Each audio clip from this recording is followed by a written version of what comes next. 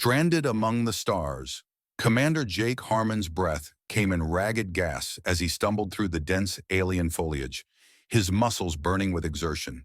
His reconnaissance ship had been shot down by an unknown energy pulse upon entering the planet's atmosphere, and now he was alone, stranded on a hostile world with nothing but his survival instincts and the standard issue Federation gear strapped to his body.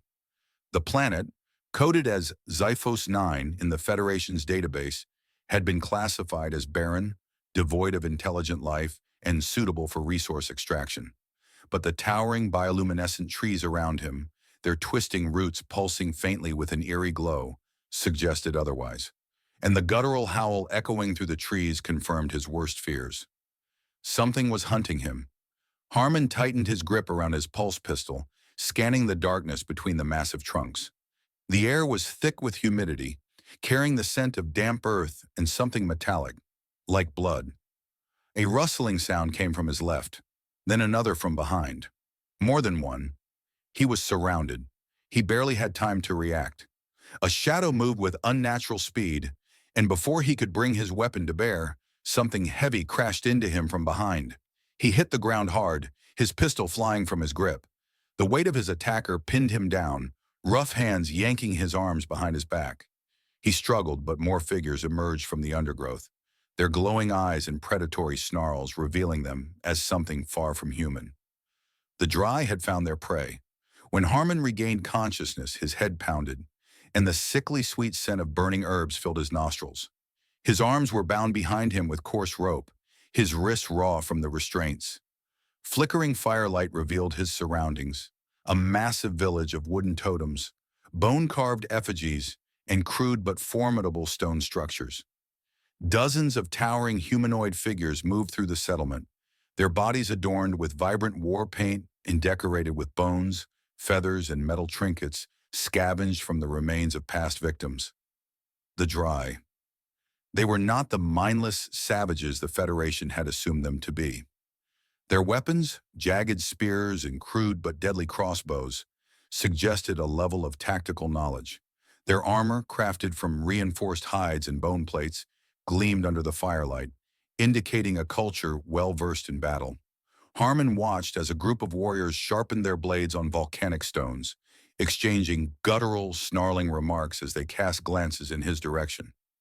He was not just a prisoner, he was a prize, a feast.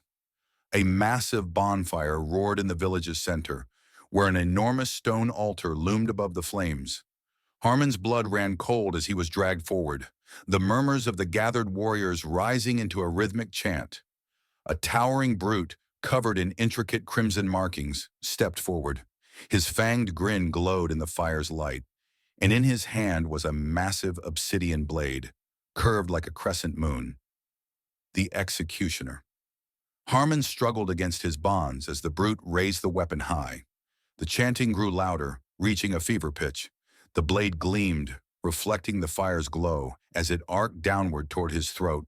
"Hold!" A sharp, commanding voice cut through the ritual. The crowd fell silent. The Executioner froze, blade inches from Harmon's exposed neck. The warrior stepped aside as a lone figure emerged from the shadows. Draped in flowing crimson robes adorned with golden sigils, she moved with an air of authority that even the fiercest warriors dared not challenge. Her skin was a deep cerulean, her high cheekbones marked with delicate silver etchings, and her piercing black eyes shimmered like the void itself. Harmon's breath caught in his throat. This was no ordinary Dry. She was their priestess. She strode forward, stopping just before the altar. Her gaze locked onto Harmon with an intensity that sent a shiver down his spine. Then in a voice smooth as flowing water, she declared, "This one is not to be slain." Murmurs rippled through the crowd. The Executioner scowled, but did not lower his blade. The priestess stepped closer, her eyes narrowing. "He is to be studied." Harmon swallowed hard, his pulse hammering in his chest. Whatever fate she had planned for him, it was clear. His life now belonged to the Dry, and there was no telling what that meant. Nalia's intentions in Jake's captivity. Harmon's restraints were tight against his wrists as two towering Dry warriors dragged him through the winding paths of the village. Their grips were firm, but not unnecessarily cruel, as if they were handling something valuable rather than just a mere prisoner. The rhythmic hum of tribal drums still echoed from the ceremonial grounds, but the intensity of the feast had dulled. The warriors who had once cheered for his execution now observed him with mixed expressions, curiosity, caution, and for some, barely concealed resentment. The path led deeper into the village, past towering bone totems and immense wooden gates etched with intricate symbols. Soon, the crude dwellings of warriors and hunters gave way to something more refined. Carved stone steps that led up to an immense temple built into the side of a towering cliff. The moment he crossed its threshold, Harmon knew this place was different from the rest of the village. The air was cooler, tinged with the scent of ancient incense and burning oils. Strange glyphs, glowing faintly in the dim torchlight, lined the walls. Statues of figures clad in what looked eerily like star-faring suits stood in alcoves, their hands outstretched as if reaching for something long lost. His captors stopped before a massive arched doorway draped with heavy crimson curtains. One of them grunted and yanked Harmon forward, pushing him inside. The chamber beyond was vast yet intimate, its walls adorned with scrolls, metal fragments, and delicate pieces of glass-like material that seemed far too advanced for the primitive society he had seen outside. At the far end, near a raised platform covered in silken cushions, stood the priestess. She had discarded her ceremonial hood, revealing the full extent of the silver etchings along her high cheekbones and down her slender neck. In the dim torchlight, her black eyes gleamed like the depths of space itself. "You are fortunate," she said without turning to face him. "Few who fall into the hands of the dry warriors leave the sacrificial grounds alive." Harmon swallowed, flexing his wrists against his bindings. "Yeah, I got that impression." She turned to him then, her expression unreadable. "Your name, outsider." He hesitated, then sighed. "Commander Jake Harmon, Federation Scout Corps." Her lips curved slightly. "A title, a lineage. But who are you, truly?" "Right now, a guy tied up in an alien temple, trying to figure out if I'm about to be dissected." The priestess's gaze flickered with amusement before she gestured to one of the guards. A knife flashed in the dim light, slicing through the bindings on Harmon's wrists. He resisted the urge to rub the sore skin, keeping his posture neutral despite the uncertainty of his situation. "You are not a prisoner," she stated. "You are a subject of study."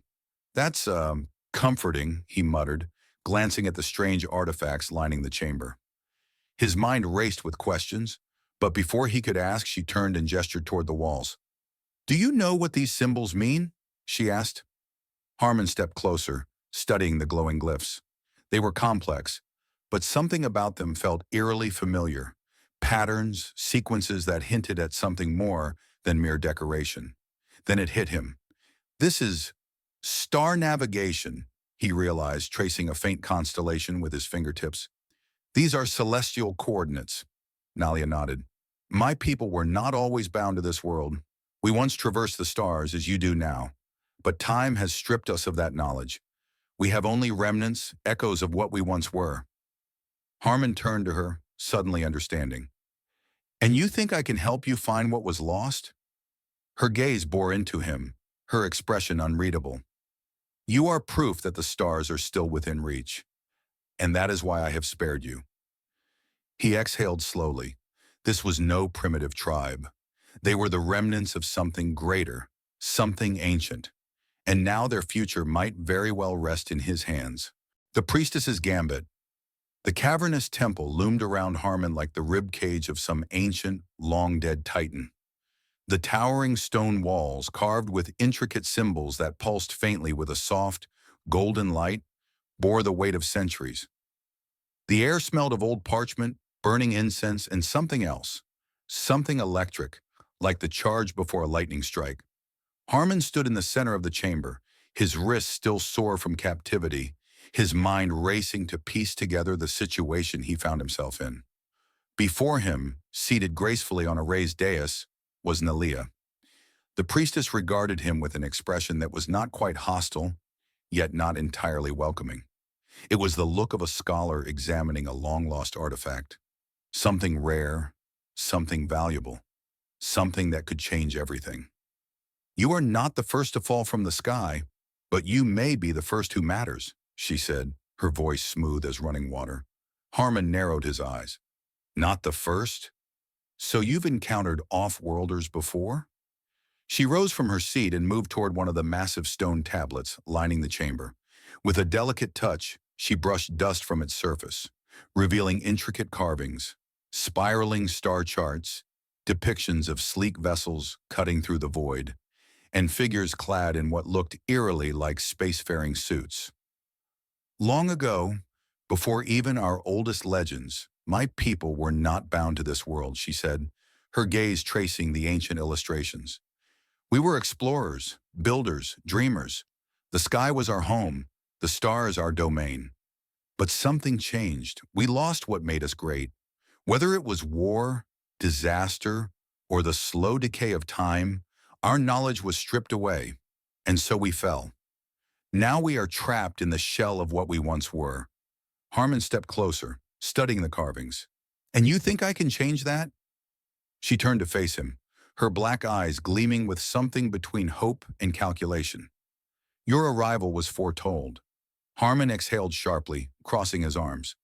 You think I'm some kind of prophesied savior? Nalia tilted her head slightly, considering him. Perhaps not a savior, but you are a link, a bridge between what was and what could be. He shook his head, skepticism creeping into his voice. I'm just a scout pilot. My ship got shot down and now I'm stuck here. I'm not some lost prince of your people. I don't have the key to unlocking ancient technology. Not yet, she said simply. Harmon frowned. And if I refuse to help? A flicker of something, disappointment perhaps, crossed her face, but she did not look away. Then I will protect you as long as I can. But you have made enemies here, outsider. Varku and the War Council see you as a threat, an intruder. If they cannot kill you outright, they will look for other means. Harmon clenched his jaw. He had already sensed the barely contained hostility from the warriors in the village, their glares sharp as their weapons.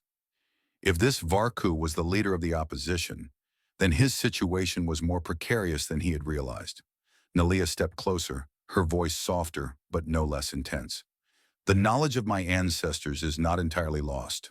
Fragments remain, ruins scattered across the land, whisper of what we once were. If you truly wish to leave this world, then helping me may be your only path. Harmon sighed, running a hand through his hair. He had spent his career scouting the edges of the known galaxy, mapping uncharted worlds, filing reports for a bureaucratic machine that barely acknowledged his existence. Now, for the first time, he was in the center of something far bigger than a simple mission. And the truth was, he wanted to know more. Fine, he said at last. I'll help you. A small, knowing smile ghosted across Nalia's lips. Then we must move quickly. The War Council is growing restless. And if we do not act soon, blood will be spilled. Harmon had a feeling that, one way or another, it would be. The Forgotten City. The jungle was alive with whispers of the past. Towering trees with bioluminescent veins cast a ghostly glow over the dense undergrowth, their tangled roots hiding centuries of secrets. Harmon moved cautiously through the foliage, his pulse pistol gripped tightly in his hand. Beside him, Nalia stepped with practiced ease, her crimson robes flowing behind her like liquid fire. They had been traveling for hours deeper into forbidden territory where the dry dared not tread.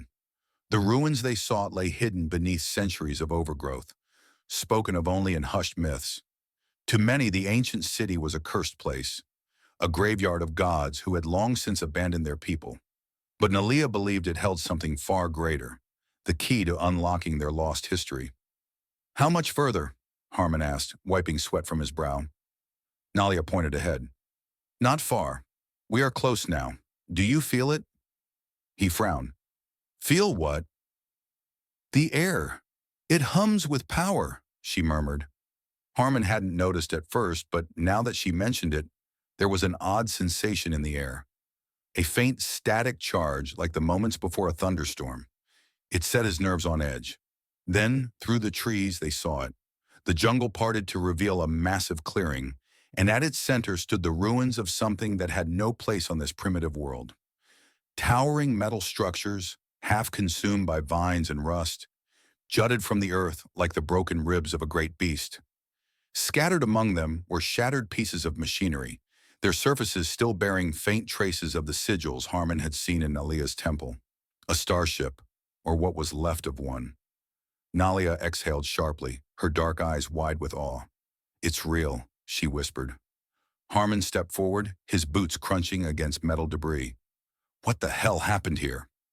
Nalia knelt beside a fallen pillar, brushing away dirt to reveal more carvings. "This was no crash site," she said. "This was a city, a place where my ancestors built their knowledge, where they ruled the skies. And then—" Her voice trailed off. Harmon scanned the wreckage, his mind racing. The structures weren't simply ruined, they were destroyed. Blasts of immense heat had melted some of the metal, leaving twisted, charred remnants behind. It was as if something had purged this place. "Something wiped this city out," he muttered. Nalia nodded. "That is why the War Council forbids anyone from coming here. They say it is a place of death, a warning." Harmon didn't believe in curses, but he believed in history. Someone or something had gone to great lengths to erase this civilization from existence, and yet something still remained. At the heart of the ruins, half buried beneath collapsed structures, was a massive circular door, untouched by time. Harmon brushed off the vines and ran his fingers over its surface. It was smooth, unnaturally cold, and at its center was a panel, one that still flickered with a faint blue glow. "A power source," he muttered. Nalia stepped beside him. "Can you open it?" Harmon hesitated. If this place had been sealed for centuries, there was no telling what lay beyond. But if there were answers to be found, they would be inside. "Stand back," he said, pulling a small diagnostic tool from his belt. He pressed it against the panel and activated its interface. The device whirred to life, scanning the ancient circuitry. At first, nothing happened. Then, with a low groan, the door shuddered. Dust rained down as gears long dormant began to move. A deep rumbling echoed through the ruins as the entrance slid open, revealing a dark corridor lined with blinking lights. Nalia inhaled sharply. "It still breathes." Harmon stepped inside, his weapon raised. "Let's find out what's left of it." The heart of the ruins. Inside, the air was stale but breathable. The corridor led to a massive chamber, lined with flickering consoles and walls of crystalline storage nodes. At the center stood a raised platform, upon which rested a cylindrical device, an ancient data core. Harmon approached cautiously. The core hummed with faint energy, its surface etched with the same symbols from Nalia's temple. "This could be it," he said. "This might have the answers you're looking for." Nalia ran her fingers over the device, her expression filled with reverence. "The knowledge of my ancestors," she whispered. Harmon knelt beside the core, connecting his diagnostic tool to its interface. "Let's see if it still works." As the device powered up, a beam of light shot upward, and suddenly the room was filled with ghosts of the past. Holographic projections flickered to life. Tall, elegant figures in flowing robes, standing before vast starships. Maps of solar systems unfolded in the air, and sequences of alien text scrolled past. Nalia let out a sharp breath as she beheld the image of her ancestors walking among the stars. "They were explorers," she murmured. "They ruled the void." Harmon scanned the projections, his mind racing. The star charts, some of them were unfamiliar, beyond even Federation territory. If this civilization had once traveled the stars, their reach had been vast. But why had they fallen? His question was answered moments later. One of the projections changed. Ships burning, entire cities reduced to rubble, warriors in golden armor making a desperate last stand against towering mechanical constructs. A final message, spoken in a language Harmon's translator barely deciphered. "The Dominion comes. We are lost. We must seal the knowledge away. To any who find this, flee before they return." A chill ran down Harmon's spine. Before he could process what it meant, a harsh beep echoed through the chamber. "What's that?" Nalia asked. Harmon's blood ran cold. "An automated distress signal." Nalia's eyes widened. "You mean—" Before she could finish, the console flashed red. Somewhere, deep in the ruins, something activated. Harmon grabbed Nalia's arm. "We need to go. Now!" Outside, the jungle trembled as something high above the planet shifted. Someone, or something, had received the signal, and they were coming. The wrath of the Dominion. A deep rumble resonated through the sky. Harmon and Nalia turned their gazes upward just in time to see the clouds parting, bathed in the crimson glow of burning thrusters. A vessel of immense size and terrifying design descended from the heavens, its dark hull adorned with the insignia of a power long lost to time. The Dominion had arrived. Harmon felt his stomach tighten. He had seen warships before, but this was something else entirely. Its jagged silhouette was built for oppression, its mere presence a statement of absolute authority. It wasn't just here to investigate, it was here to eliminate. The realization hit Nalia just as quickly. "No!" she whispered, horror creeping into her voice. "They still watch us." Harmon grabbed her wrist. "We need to move, now." The data core had warned them. This was the force that had wiped out Nalia's ancestors, reduced their cities to ruin, and ensured that the Dry would never rise again. And now, seeing a foreigner among the tribes, they had deemed the people of this world a renewed threat. High above, the warship's hull split open, revealing a descending fleet of dark, angular dropships. The invasion had begun. Fire and chaos. The first explosions ripped through the jungle, just as Harmon and Nalia made it back to the village. Great fireballs of plasma rained from the sky, tearing through trees and igniting entire patches of the dense alien foliage. The Dry were in chaos. Warriors scrambled to arm themselves, shouting orders as villagers fled into underground tunnels. Some stood their ground, unleashing volleys of arrows and primitive crossbow bolts at the incoming dropships, only for their weapons to be met with cold, unyielding energy shields. The Dominion's forces landed with practiced efficiency. Heavily armored soldiers emerged from the dropships, their obsidian black armor adorned with glowing crimson visors. Their rifles hummed with lethal energy as they moved with mechanical precision, cutting down any Dry who resisted. This wasn't a battle. It was a purge. Harmon grabbed a discarded crossbow, loaded it, and fired at one of the invaders. The bolt ricocheted harmlessly off their shields.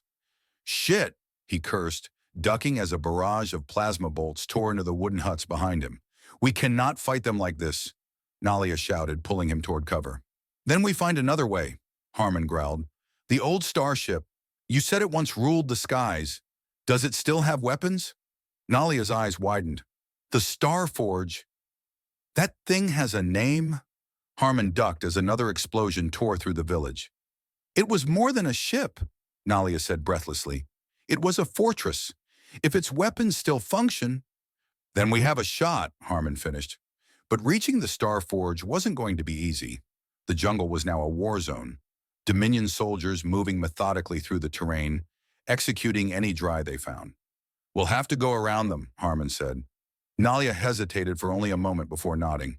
"Follow me." A desperate gamble.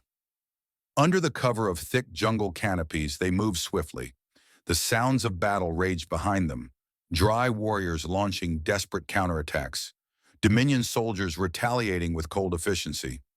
Every so often, Harmon and Nalia would hear the cries of those who had been caught. The Dominion was not taking prisoners. Finally, after what felt like an eternity, they reached the clearing where the Starforge lay dormant. Even in its ruined state, it was a sight to behold. A massive warship, its hull half buried beneath layers of jungle growth. But there was no time for awe. "The command deck should be near the upper structure," Nalia said, already moving toward the entrance. "If we can awaken its defenses—" A blaring siren interrupted her. Harmon cursed. "They found us!" A squad of Dominion soldiers burst through the tree line, their rifles locking onto the two fugitives. "Move!" Harmon shouted, yanking Nalia forward, just as plasma fire scorched the ground behind them. They sprinted up a collapsed metal ramp, ducking behind a fallen pillar for cover. Harmon blind-fired his pulse pistol, forcing the soldiers to take cover. "They'll overrun us in seconds," Nalia yelled. "Then get that ship online," Harmon barked. Nalia didn't hesitate. She sprinted deeper into the Starforge, her robes trailing behind her. Harmon stayed behind, reloading his pistol and bracing himself for what was to come. He just had to buy her time. A Titan awakens inside, Nalaya's heart pounded as she navigated the ancient corridors. The ship was a graveyard of lost technology, monitors flickering with dying energy, walls carved with warnings in a language even she barely understood. She reached the command chamber, dust swirling as she placed her hand on the main console. The ship was asleep, forgotten, but not dead. "Come on," she whispered, pressing her palm against the control panel. For a moment, nothing happened. Then, a pulse of light. The ship shuddered. Ancient circuits flickered back to life. Holographic screens erupted around her, displaying weapon systems, energy readings, targeting arrays. It still worked. She didn't hesitate. She pressed the activation sequence. Outside, Harmon was down to his last few shots when the ground rumbled. A deep, mechanical roar filled the air. The Starforge was waking up. From beneath layers of overgrowth, ancient turrets unfolded. Deep within its core, buried energy reserves reignited. Then, with a thunderous boom, the first plasma cannon fired. The Dominion soldiers barely had time to react before a bolt of searing blue energy tore through their ranks. Their dropships turned to flee. Too late. Another blast struck, consuming them in a fiery explosion. Harmon staggered back, his eyes wide. Holy shit! He turned to see Nalia emerging from the ship, bathed in the glow of the awakened Titan. She met his gaze and smiled. The gods have returned. The battlefield had changed. The Dominion had come expecting an easy extermination. Instead, they had awoken a war machine. The fight for Sifos 9 had truly begun. The Starborn reawakening.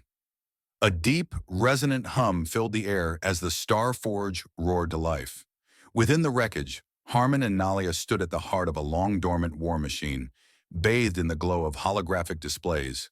The ship's mainframe flickered erratically, ancient warnings scrolling across the screens in a language lost to time. But one thing was clear. The weapons still worked, a spark of hope. Outside, the Dominion's forces were regrouping. Despite suffering heavy losses from the Starforge's unexpected reawakening, their command structure remained intact. More dropships descended, unloading squads of heavily armored soldiers and mechanized walkers. Harmon grimaced. "They're bringing out the big guns." Nalia's expression hardened as she read through the ship's holographic archives. "We need more than just cannons. We need strategy." She moved her hands over the controls, and suddenly, the air around them shimmered with a massive holographic projection. It was a map, a vast tactical archive of ancient battles fought by her ancestors.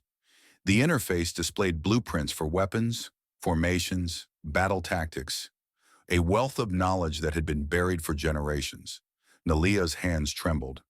This is who we were." Harmon scanned the maps, his military mind working quickly. "This isn't just history. This is a manual on how to win." He turned to her, eyes burning with determination. "We're going to need every able fighter in your tribe. If they can wield a spear, they can fight." Nalia's gaze met his, and for the first time, he saw something new in her expression. Conviction. The rise of the Starborn. The dry warriors gathered in the shadow of the Starforge. Men and women, seasoned hunters and young recruits alike, had answered the call. What had once been a people fractured by fear now stood united, not as primitive warriors, but as descendants of a lost starfaring civilization. Nalia raised her hands, her voice ringing with fervor. "For centuries, we have lived under the illusion that we are bound to the earth, that we are weak, that we are prey." She gestured to the towering Starforge, its weapons gleaming in the firelight. "But the truth has been buried beneath our feet all along. We were never meant to kneel. We were meant to soar." A resounding cheer erupted from the gathered warriors. Harmon stepped forward, his voice steady. "The Dominion expects you to break, to scatter, to fall to their superior weapons." His gaze swept across them. "But we will not fight them their way." He pointed to the jungle. "We will use the land. We will strike where they least expect. We will make them fear the dark." He turned back to the Starforge, where the ship's archive had displayed battle formations from 1,000 years past. "And we will fight as your ancestors once did." The crowd roared. Guerrilla warfare. With Harmon's tactical mind and Nalia's leadership, The dry warriors were transformed from hunters into soldiers. Using the dense jungle as cover, they set traps, spiked pits, collapsing trees, hidden tripwires that triggered salvaged explosives from the Starforge. They struck fast and hard, never staying in one place. Dominion patrols vanished into the night, their bodies found impaled on dry spears or crushed beneath the weight of the jungle itself. Harmon led strike teams, teaching them how to ambush enemy squads, disable their energy shields, and turn their own weapons against them. Meanwhile, Nalia and her scholars worked tirelessly within the Starforge, deciphering blueprints for energy-based weaponry that could be crafted using salvaged Dominion technology. The legendary battle. When the Dominion realized they were losing ground, they launched an all-out assault. A massive force marched toward the Starforge, accompanied by towering war machines, four-legged siege walkers armed with plasma cannons designed to reduce fortresses to rubble. But the Dry were ready. The battle was a storm of fire and shadow. Dry hunters leaped from the trees, landing on Dominion walkers, jamming their energy ports with explosives. The jungle itself became a maze of death, where every turn brought falling boulders, collapsing cliffs, and firebombs made from harvested chemicals. Harmon led the charge, wielding a salvaged Dominion plasma rifle, cutting down soldiers in brutal, efficient strikes. At the center of it all, Nalia stood atop the Starforge, her robes billowing in the wind, chanting the names of her ancestors. She raised a reconstructed energy staff, its tip glowing with power drawn from the ship's ancient core. Then, with a final command, she unleashed the Starforge's ultimate weapon. A pulse of raw energy erupted from the ship's core, arcing through the battlefield like a supernova. Dominion walkers collapsed, their circuits fried. Enemy soldiers screamed as their weapons short-circuited in their hands. The Dominion had never faced anything like it. By the time the energy surge faded, what remained of their forces had been obliterated. The surviving Dominion dropships turned and fled into the sky, leaving behind the shattered remnants of their once invincible force. Silence fell over the battlefield. Then, cheers. The Dry had won. The dawn of a new age. As the dust settled, Harmon looked to Nalia. "You did it," he said. She shook her head. "We did it." For the first time in centuries, the Dry were no longer just survivors. They were starborn once more. The price of freedom. The sky burned with streaks of fire as the battle raged into its final, desperate hours. The Dominion, though wounded, had refused to accept defeat. Reinforcements had arrived, their warships blotting out the stars above, raining down plasma bombardments on the jungle. The land itself shook beneath the relentless assault. The Dry warriors had fought with ferocity, but they were exhausted. Their traps were spent, their weapons failing. Even with the power of the Starforge, they could not hold out forever. And Elias knew it. "We need more time," he growled, ducking behind a collapsed tree as Dominion enforcers marched through the battlefield. He glanced toward the temple ruins, where Talia and her scholars worked feverishly at the ship's final power core. If they could activate it, they could do more than just fight back. They could end this war. Talia's decision. Inside the ship's inner sanctum, Talia's hands trembled over the console. The Starforge had one last function, a planetary cloaking field designed by their ancestors to shield entire worlds from detection. But it had a cost. "The core isn't stable," one of the elders warned. "It needs a conduit." Talia closed her eyes. A living conduit. A terrible understanding settled over her. Her people's survival demanded a sacrifice. Elias burst into the chamber, breathing hard. "Tell me you have something." Talia turned to him, her voice steady. Too steady. "We can end this," she said softly, "but I have to be the one to do it." Elias's stomach dropped. "No, there's no other way." She stepped toward him, her black eyes shimmering in the flickering light. "This was always my path." Elias shook his head, heart pounding. "We'll find another way. We'll fight." "No." She cupped his face, her touch cool, grounding. "You showed me who we are meant to be. Now let me do the same for you." Before he could argue, she turned away, stepping into the center of the chamber. The moment her hands met the core, light exploded outward. The Starborn's final stand. A wave of pure energy surged across the battlefield, Blindingly bright, Dominion forces froze as their weapons short-circuited. Their warships overhead flickered and vanished, their targeting systems blinded by the cloaking field. The planet itself had disappeared from their radars. Panic spread through the enemy ranks. Their ships, now directionless, veered wildly as hyperspace drives failed. They had lost. The Dominion's grip on this world had been broken. But at what cost? Elias's plea. As the energy dissipated, Elias rushed to the chamber, his heart pounding. Talia lay motionless on the stone floor, her body still pulsing with the last echoes of power. He skidded to his knees beside her. "Talia!" Her eyes fluttered open. A weak smile touched her lips. "Did it work?" Elias gripped her hands, his voice raw. "You're not dying. You hear me? You're not." She exhaled, a small laugh escaping her. "I always knew you were stubborn." The elders rushed forward, their voices frantic. The power of the Starforge had nearly burned through her, but she still clung to life. And Elias wasn't letting go. "We're not done yet," he murmured. "Not by a long shot." Epilogue. A new horizon. The skies were clear once more. The Dominion was gone. The jungle was healing. And the people of the Dry had begun to rebuild.